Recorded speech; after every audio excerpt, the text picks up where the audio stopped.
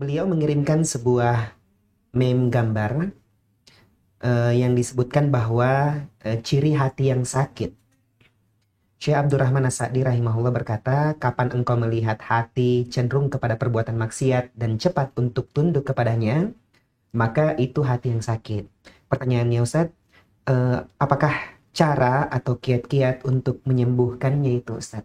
Kiat-kiat untuk menyembuhkan hati kita yang sakit adalah bahwa perbaiki keimanan kita, ya, perbaiki kedekatan kita dengan Allah Subhanahu wa taala, perbaiki zikir kita, perbaiki ibadah kita kepada Allah Subhanahu wa taala.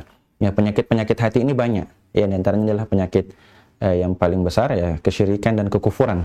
Ya, kemudian ada penyakit nifak, kemunafikan, ada penyakit malas, ya, malas beribadah dan seterusnya, jauh dari Allah Subhanahu wa taala. Ini semua penyakit-penyakit hati. Maka cara untuk mengobatinya adalah pertama memperbanyak zikir kepada Allah Subhanahu wa taala, ya. Kata Allah Subhanahu wa taala di dalam Al-Qur'an, "Ala bi dzikrillahi tatma'innu al-qulub." Ketahuilah dengan berzikir kepada Allah hati akan menjadi tenang, ya.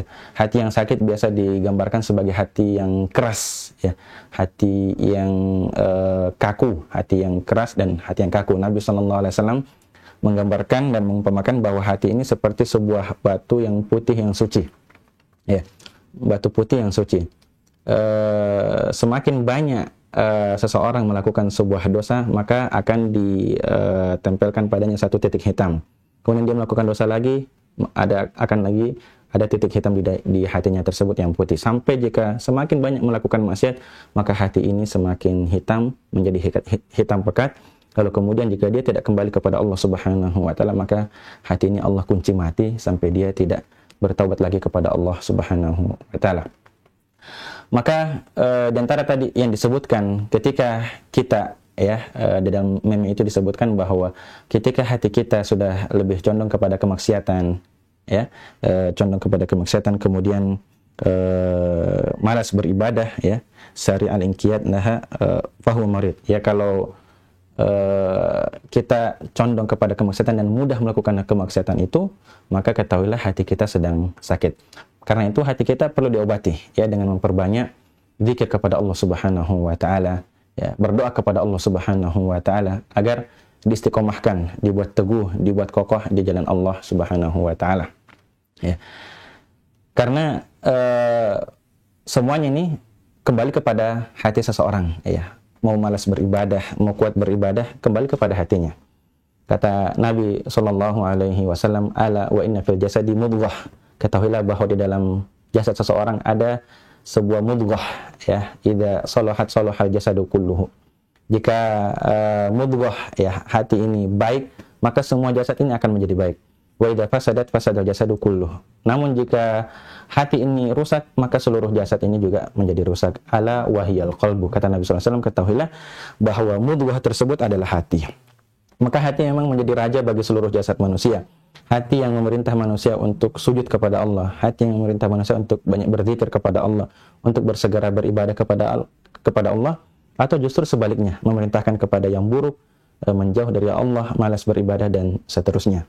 Karena itu hati kita perlu diisi, ya, perlu diisi dengan hal-hal yang menenangkannya, ya, termasuk tadi dengan zikir kepada Allah Subhanahu wa taala, memperbanyak ikut kajian, mendengar siraman rohani, ya, mengisi ruhiyah kita dengan hal-hal yang berisi tentang keimanan, menambah keimanan dengan mendengarkan Al-Qur'an, mendengarkan hadis-hadis Nabi sallallahu alaihi wasallam.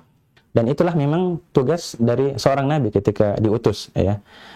Di dalam surat Al-Baqarah disebutkan ketika Nabi Ibrahim alaihissalam berdoa, "Rabbana wab'ats fihim rasulan minhum yatlu alaihim ayatik wa yu'allimuhumul kitaba wal hikmah wa yuzakkihim."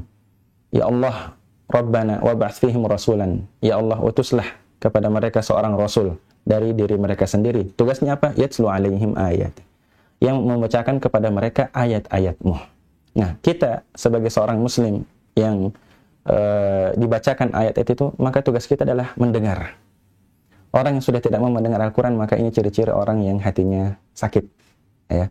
Kata Allah Subhanahu wa taala di dalam Al-Quran, "Walau alimallahu fi qulubihim khairan la asma'hum." Jika saja Allah Subhanahu wa taala mengetahui ada di dalam hati mereka kebaikan, niscaya Allah akan memperdengarkan mereka Al-Quran tersebut.